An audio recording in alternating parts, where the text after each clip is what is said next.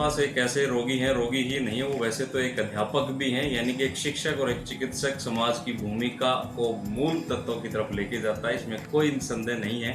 तो मास्टर जी को बात करें तो हमारे पास आज से 8-9 साल पहले आए थे। इनको क्या क्या पीड़ाएँ थी और ये जब हमारे संपर्क में आए, कैसे आयुर्वेद के साथ ट्रीटमेंट करके ये संतुष्ट हुए और अपनी बीमारी को कैसे मुक्त इन्होंने किया, आज उनसे उनका अनुभव साझा करेंगे आप लोगों से। तो हमारे पास मास्टर जी हैं, उन्हीं की जुबानी उन्हीं से सुनते हैं। जी सर नमस्कार। नमस्कार सर। आपको क्या क्या दिक्कत थी हमारे पास आने से पहले और कब दिक्कत हुई थी, एक बार सारा बताएं। जरूर बताएंगे। दिक्कत थी मेरे, कहते हैं कि हाइपर टेंशन है। अच्छा। तो मैं दिल्ली में, ये क्या नाम है इसका, अपना अपोलो हॉस्पिटल, हाँ, गंगाराम हॉस्पिटल और जयपुर में भी मैंने कई जगह इलाज करा लिया, लेकिन कोई इलाज नहीं। अच्छा। दवाइयाँ ली, 6 महीने तक दवाई ली तो आराम बाद में नहीं। बस संयोग बस 6 जून 2016 को मैं आपके पास आया था। अच्छा। हाँ, संयोग था उस दिन। कोई ग्रह का ही जो है ना ऐसा बना हुआ था, कोई मेरे जीवन में ये खुशी के दिन आने थे। रही बात दूसरी, जब मैं यहाँ पर आया तो आपने एक ही बात कही थी, 6 महीने के अंदर मैं आपको ये कहा डॉक्टर साहब 6 महीने तक आराम रहता, बाद में नहीं। लेकिन आपने ये कहा कि जो 6 महीने में आपकी जो है सारी दवाइयाँ जो है एक तरफ हो जाएंगी 100 दिन, और जैसा कहा था ना वैसा ही आपने जो है वो कर दी। बाद में मैं आपके पास आया सारा इलाज होने के बाद। अच्छा, पहले क्या था, मतलब दवाइयाँ ले ली आराम हो गया, लेकिन नहीं इतना ज़्यादा, मतलब हाइपर, मतलब मेरे दिमाग में खोपड़ी में वो हो जाता अभी जैसे ये फटने वाली है।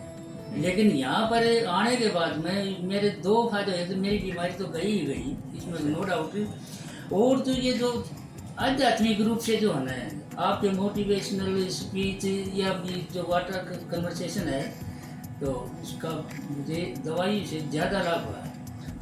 दवाइयों की बजाय उससे ज़्यादा, जो आपके कोई भी मतलब एनर्जेटिक आदमी है उसके शरीर से वाइब्रेशन निकलती हैं, तरंगें निकलती हैं, जिसको ओरा बोलते हैं। तो आपकी उस रेंज में आने के बाद में जो है मैं अपने आप को जो है बड़े अच्छा महसूस करता हूँ। तो जैसा मास्टर जी ने बताया कि मैं फिजिकली ही नहीं, मेंटली तौर पे भी बड़ा तंदुरुस्त महसूस करता हूँ। और आप लोगों से मैं अक्सर चर्चा करता ही हूँ कि आयुर्वेदिक जो चिकित्सा सूत्र है वो शारीरिक, मानसिक और बौद्धिक तीनों का ही है।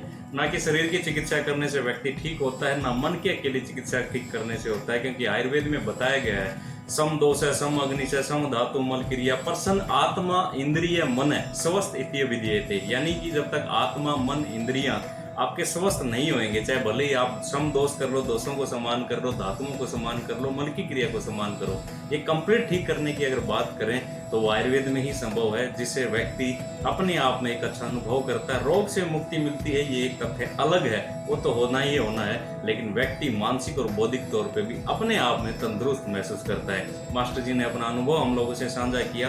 शुगर, ब्लड प्रेशर, हार्ट और नाना प्रकार के कई रोगों से पीड़ित थे, और जैसे ही हमने इनको शारीरिक, मानसिक, बौद्धिक चिकित्सा आरंभ की, आयुर्वेदिक सूत्र के अनुसार जब हम चले तो उस पर हमने विजय भी पाई। बीच में मास्टर जी ने सारी चीज़ें बंद भी की, अब लुप्त भी रहते हैं, कभी कभी हमसे मिलने आ जाते हैं, क्योंकि मनुष्य जो है वो वासनाओं के अधीन है, तो कई बार हमारी फेर बदल दिनचर्या में होना स्वाभाविक है। उसके चलते कोई भी थोड़ी बहुत दिक्कत होती है तो भी हमसे संपर्क करते हैं, और आज स्वस्थ हैं, रिटायर्ड हो चुके हैं, आनंद के साथ जीवन व्यतीत कर रहे हैं, एक चित्रकार भी बहुत अच्छे हैं।